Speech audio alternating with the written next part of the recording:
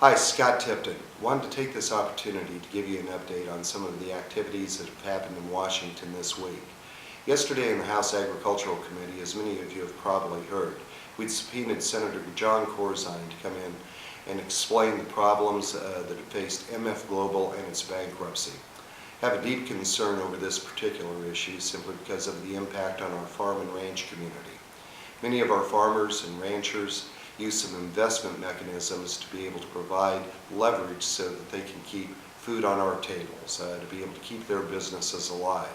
Unfortunately, under the management of Senator Corzine, MF Global did fail, has filed for bankruptcy, and many dollars that have been worked for very hard in our farm and ranch community are now at risk. We're going to continue to monitor this to see what actions need to be taken to make sure that our farm and ranch community is not going to be damaged, and that our farmers and ranchers will have those opportunities to be able to make sure that their businesses are sound, because as Americans we all count on them. We also had an important piece of legislation that was just passed in regards to the EPA dust regulations. As many of you are aware, coming from rural Colorado, we often have things called dust storms. We often get in western Colorado that we'll see most of Arizona airborne over us during the early spring. We have gravel roads. Our farm and ranch community needs to be able to get out and work the fields to be able to provide the food that we need as Americans. The EPA, in its typical fashion, was overreaching, trying to create a program of one size fits all. The air monitoring that they were going to do when it comes to dust, particulate matter, was going to be that one size fits all for Los Angeles, for New York City, but also for Del Norte, for Monte Vista, for Craig, Colorado, for all of our rural areas.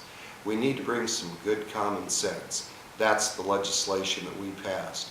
It joins better than 23 other pieces of legislation that are currently sitting on the doorstep of the United States Senate waiting for action.